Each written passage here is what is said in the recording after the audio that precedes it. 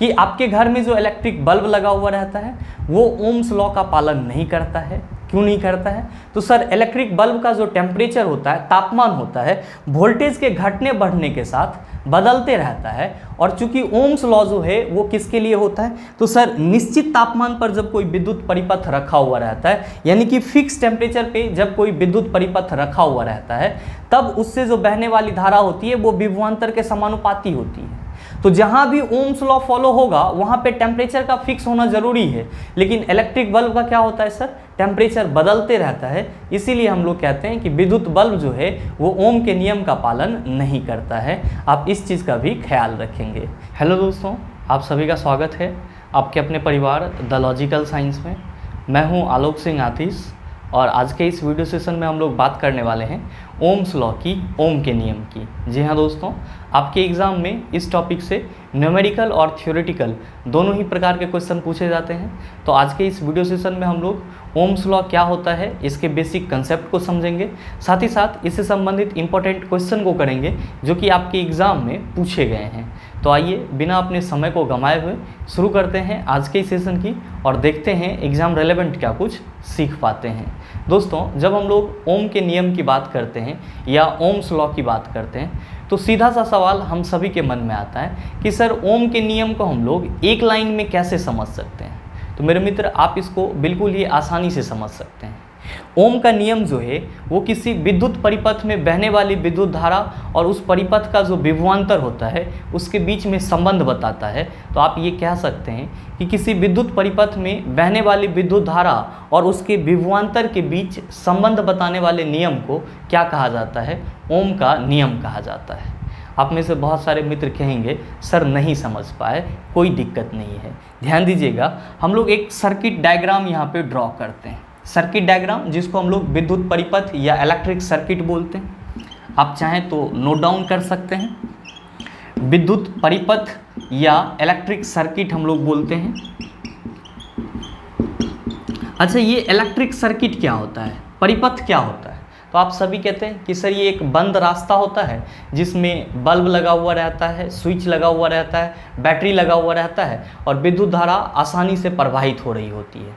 ध्यान दीजिएगा, जब आप इसके डायग्राम को ड्रॉ करते हैं तो आप कुछ इस तरह से इसके कंपोनेंटल जो फैक्टर्स हैं, अवयवी तत्व जो हैं, यानी कि सेल हो गया या स्विच हो गया, उन सबको आप इस तरह से जोड़ते हैं।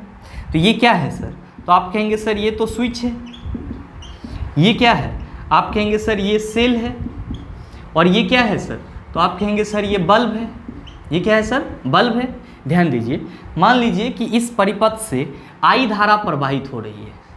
इस इलेक्ट्रिक सर्किट से क्या हो रही है? आई धारा प्रवाहित हो रही है। अच्छा, आप ये बताइए कि किसी भी विद्युत परिपथ में आप सेल क्यों लगाते हैं, बैटरी क्यों लगाते हैं? आप सभी कहते हैं सर उसी से तो हमको एनर्जी मिलती है। यानी कि आप ये कह सकते हैं कि सर विद्युत परिपथ में सेल हम लोग उस परिपथ में विभवांतर को बनाए रखने के लिए लगाते हैं। विद्युत परिपथ में हम लोग सेल क्यों लगाते हैं? तो सर उस परिपथ में विभवांतर बना रहे, इस चीज़ के लिए हम लोग सेल लगाते हैं। और मैंने अभी जस्ट आपको क्या बताया कि ओम का नियम किसके किसके बीच में संबंध को बताता है? तो सर ये किसी परिपथ के विभवांतर और विद्युत धारा के बीच में संबंध को बताता है। तो आप इस चीज़ को बिल्कुल ही आसानी से याद रख सकते हैं कि ओम्स लॉ जो है वो किसी भी विद्युत परिपथ से बहने वाली विद्युत धारा और विभवांतर के बीच संबंध बताने वाला नियम है। मेरे मित्र, उम्मीद करते हैं आप इस चीज़ को समझ पाए होंगे। अब आप सभी के मन में सवाल उठ रहा होगा कि सर ओम का नियम किसने दिया? तो भाई मेरे, इसके नाम से ही स्पष्ट है, ओम का नियम।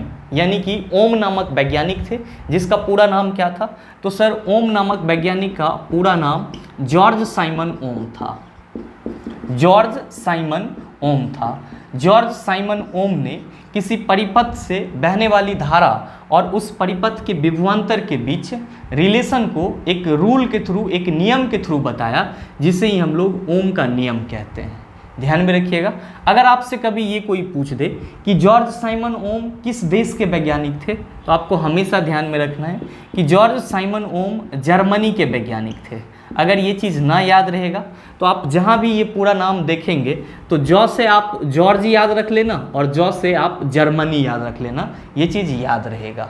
अब आप सभी कहेंगे चलो सर ये चीज़ तो हमने समझ लिया कि ओम का नियम विद्युत धारा और विभवांतर के बीच संबंध को बताएगा। लेकिन क्या संबंध बताएगा? तो मेरे मित्र ध्यान दीजिएगा, जॉर्ज साइमन ओम ने क्या बताया? इन्होंने बताया कि निश्चित तापमान पर निश्चित तापमान बोले तो फिक्स टेम्परेचर पर, निश्चित तापमान पर किसी विद्युत परिपथ से बहने वाली धारा उस परिपथ के विभवांतर के समानुपाती होती है, विभवांतर के समानुपाती होती है। इसी को हम लोग क्या कहते हैं सर? इसी को हम लोग ओम्स लॉ कहते हैं, ओम का नियम कहते हैं। ध्यान दीजिएगा, ओम नामक वैज्ञानिक ने क्या बताया? इन्होंने बताया कि अगर टेम्परेचर को क्या कर दिया जाए? फिक्स कर दिया जाए, टेम्परेचर को कांस्टेंट कर दिया जाए, तो फिक्स टेम्परेचर पर किसी भी विद्युत परिपथ से जो विद्युत धारा प्रवाहित होगी वो उस परिपथ के विभवांतर के क्या होगी सर? समानुपाती होगी, यानी कि डायरेक्टली प्रोपोर्शनल होगा। इसका मतलब ये हुआ, आप लिख सकते हैं दैट इज करके कि sir V is directly proportional to I। ध्यान में रखिएगा, विभवांतर को V से रिप्रेजेंट किया जाता है और विद्युत धारा को I से, इसलिए मैंने यहाँ पे V समानुपाती I लिख दिया, जिसको आप पढ़ सकते हैं कि विभवांतर विद्युत धारा के क्या होती है? समानुपाती होती है। इसका मतलब क्या हुआ सर? इसका मतलब हुआ कि अगर परिपथ का विभवांतर क्या हो जाए सर? बढ़ेगा तो विद्युत धारा भी बढ़ेगी, और अगर परिपथ का विभवांतर घटेगा तो विद्युत धारा भी क्या होगी सर? घट जाएगी। मेरे मित्र ध्यान दीजिएगा, यहाँ पे आप V समानुपाती I कह रहे हैं, लेकिन जब आप इस प्रोपोर्शनल साइन को हटा देते हैं तो इसके लिए आप एक कांस्टेंट लिखते हैं। क्या लिखते हैं? तो आप सभी लिखते हैं V इक्वल्स टू IR। क्या लिखते हैं sir? V equals to IR। यहाँ पे R क्या है? तो सर आप सभी कहते हैं सर ये प्रतिरोध है, रेसिस्टेंस बोलते हैं इसको हम लोग। प्रतिरोध क्या होता है? तो सर ये किसी भी चालक पदार्थ का गुण होता है जिसके चलते उस चालक तार से विद्युत धारा प्रवाहित की जाती है, वो चालक तार उस विद्युत धारा के प्रवाह का क्या करती है? विरोध करती है। हम लोग डिस्कस करेंगे एक सेपरेट वीडियो में प्रतिरोध क्या होता है, इसका यूनिट क्या होता है, प्रतिरोध का संयोजन क्या होता है। लेकिन अभी के लिए आप क्या समझेंगे कि सर प्रतिरोध जो है, रेसिस्टेंस जो है वो क्या है सर? तो ओम्स लॉ का कांस्टेंट है, ओम के नियम का नियतांक है।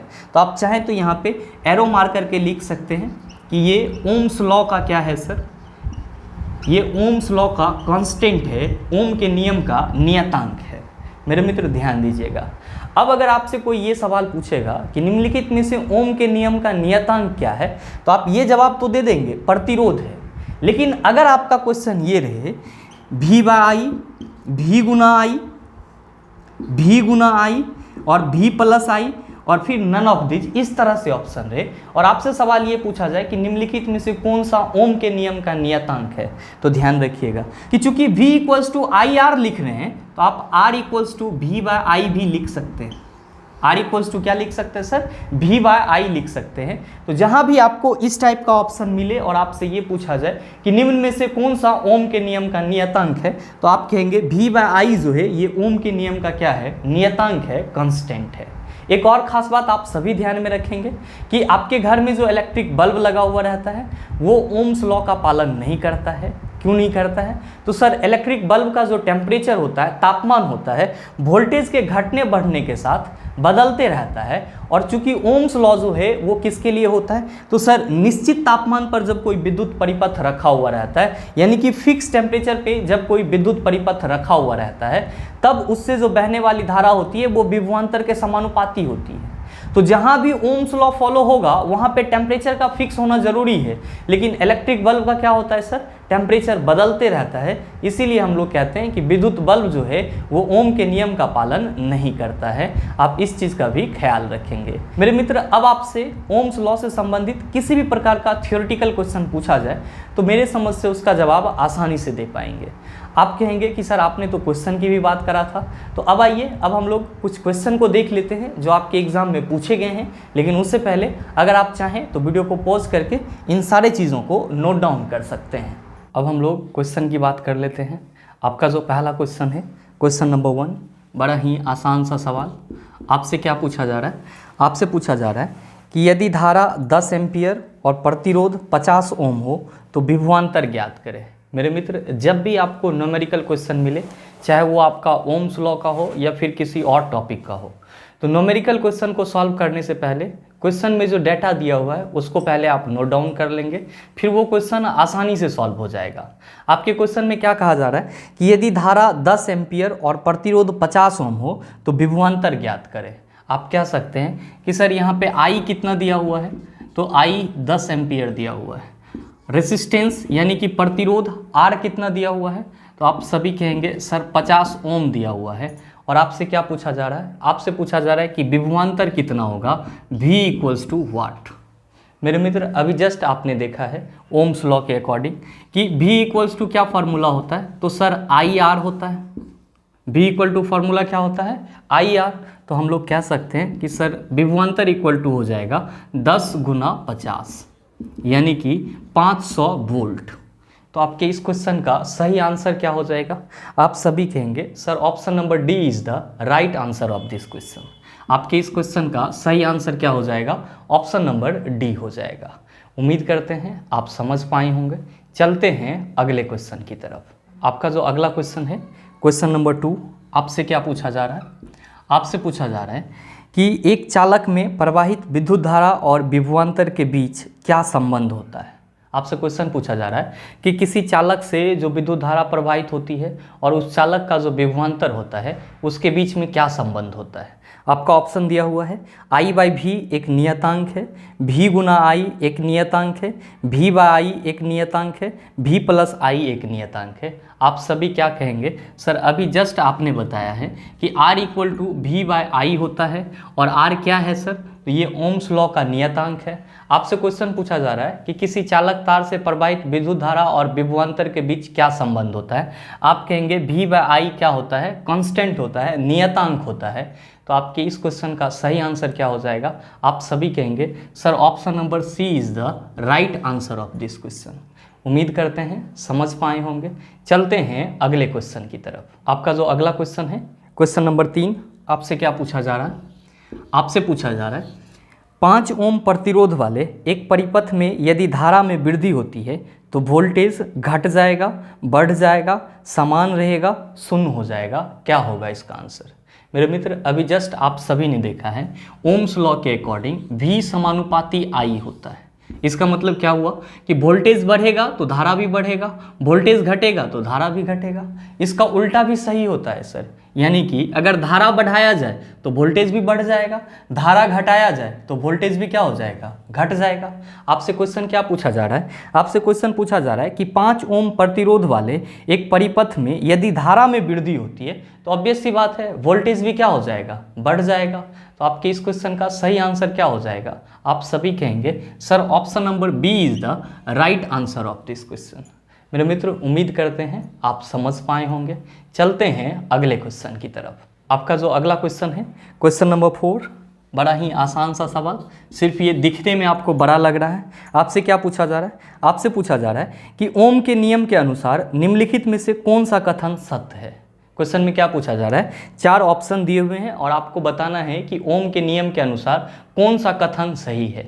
आपके पहले ऑप्शन में दिया जा रहा है कि किसी तार में प्रवाहित होने वाले विद्युत धारा की मात्रा तार की लंबाई के व्युत्क्रमानुपाती होती है, जो कि बिल्कुल गलत है, क्योंकि जब भी हम लोग ओम्स लॉ पढ़ते हैं तो उसको तार की लंबाई से कोई लेना देना नहीं होता है। नेक्स्ट ऑप्शन में क्या कहा जा रहा है कि किसी तार में प्रवाहित होने वाली विद्युत धारा की मात्रा तार के सिरों के मध्य के विभवांतर के समानुपाती होती है। जी हाँ, बिल्कुल सही है। अभी जस्ट आपने देखा है कि ओम्स लॉ क्या कहता है कि निश्चित तापमान पर, फिक्स टेम्परेचर पर किसी परिपथ से जो बहने वाली विद्युत धारा होती है वो उस परिपथ के विभवांतर के समानुपाती होती है। और हम सभी क्या लिखते हैं? V = I। यानी कि आपके इस क्वेश्चन का सही आंसर क्या हो जाएगा? आप सभी कहेंगे सर ऑप्शन नंबर बी हो जाएगा। उम्मीद करते हैं आप समझ पाए होंगे। चलते हैं अगले क्वेश्चन की तरफ। आपका जो अगला क्वेश्चन है, क्वेश्चन नंबर 5, आपसे क्या पूछा जा रहा है, बड़ा ही आसान सा सवाल। आपसे पूछा जा रहा है कि ओम के नियम के अनुसार डैश एक स्थिरांक है। स्थिरांक बोले तो कांस्टेंट की बात की जा रही है, और आपसे क्वेश्चन पूछा जा रहा है कि ओम के नियम के अनुसार डैश एक कांस्टेंट है, V by I, V divided by I, V गुना आई, आई इंटू भी। क्या होगा इसका आंसर? आप सभी कहेंगे सर आप ही ने तो अभी जस्ट बताया है कि वी बाई आई क्या है, ओम के नियम के अनुसार एक कांस्टेंट है। तो आपके इस क्वेश्चन का सही आंसर क्या हो जाएगा? आप सभी कहेंगे sir option number A is the right answer of this question. उम्मीद करते हैं समझ पाए होंगे। चलते हैं अगले क्वेश्चन की तरफ। आपका जो अगला क्वेश्चन है, क्वेश्चन नंबर 6, आपसे क्या पूछा जा रहा है? आपसे पूछा जा रहा है कि विभवांतर और विद्युत धारा के बीच संबंध की खोज किसने की थी? अभी जस्ट आपने देखा है कि विभवांतर और विद्युत धारा के बीच संबंध को कौन बताता है? तो सर ओम का नियम बताता है। आपसे क्वेश्चन क्या पूछा जा रहा है? आपसे पूछा जा रहा है कि विभवांतर और विद्युत धारा के बीच संबंध की खोज किसने की थी? न्यूटन ने की थी, ओम नामक वैज्ञानिक ने की थी, पास्कल नामक वैज्ञानिक ने की थी, या फिर टेस्ला नामक वैज्ञानिक ने की थी? आप सभी कहेंगे सर ओम नामक वैज्ञानिक ने की थी। तो आपके इस क्वेश्चन का सही आंसर आप सभी कहेंगे sir option number B is the right answer of this question. उम्मीद करते हैं समझ पाए होंगे। चलते हैं अगले क्वेश्चन की तरफ। आपका जो अगला क्वेश्चन है, क्वेश्चन नंबर 7, बड़ा ही आसान सा सवाल। आपसे क्या पूछा जा रहा है? आपसे पूछा जा रहा है यदि कॉइल का प्रतिरोध 750 ओम है तो 220 वोल्ट स्रोत से इलेक्ट्रिक हीटर कॉइल में कितनी धारा प्रवाहित होगी? बड़ा ही आसान सा सवाल है, और क्वेश्चन में क्या कहा जा रहा है कि किसी हीटर के कॉइल का प्रतिरोध 750 ओम है, यानी कि R इक्वल टू कितना दिया हुआ है? 750 ओम। फिर कहा जा रहा है तो 220 वोल्ट स्रोत से इलेक्ट्रिक हीटर कॉइल में कितनी धारा प्रवाहित होगी, यानी कि विभवांतर कितना दिया हुआ है? 220 वोल्ट, और आपसे पूछा जा रहा है कि कितना विद्युत धारा प्रवाहित होगा, यानी कि I इक्वल्स टू व्हाट? मेरे मित्र आप सभी ने अभी जस्ट देखा है कि V इक्वल्स टू क्या होता है? IR होता है। तो आप इस फॉर्मूला से दो फॉर्मूला निकाल सकते हैं, पहला प्रतिरोध का, दूसरा विद्युत धारा का। आप कहेंगे कैसे? तो आप सभी कहेंगे कि सर R इक्वल टू तो V बाय I हो जाएगा, और I इक्वल टू क्या होगा? तो sir I equal to V by R हो जाएगा। यानी कि अगर आपको विभवांतर और प्रतिरोध मालूम है तो विद्युत धारा आसानी से निकाल सकते हैं।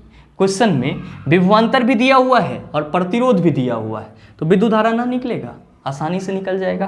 भाई मेरे आप सभी कहेंगे सर I इक्वल टू हो जाएगा 220 बटा 750। जब आप इसको सॉल्व करेंगे तो ये अप्रॉक्स कितना आ जाएगा? तो सर 0.29 एम्पियर, 0.29 एम्पियर।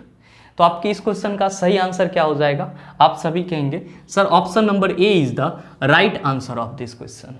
मेरे मित्र उम्मीद करते हैं यहाँ तक के जितने भी क्वेश्चन थे आप उसको आसानी से समझ पाए होंगे, और अब इस टाइप का प्रश्न अगर आपको दोबारा मिल जाए तो उसका सॉल्यूशन भी आसानी से कर सकते हैं। और हाँ, उम्मीद ये भी करते हैं वीडियो आपको अच्छा लगा होगा।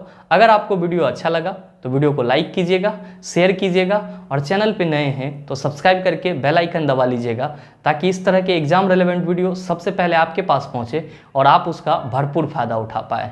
मिलते हैं फिर अगले सेशन में, तब तक के लिए best of luck. Thank you, have a nice day.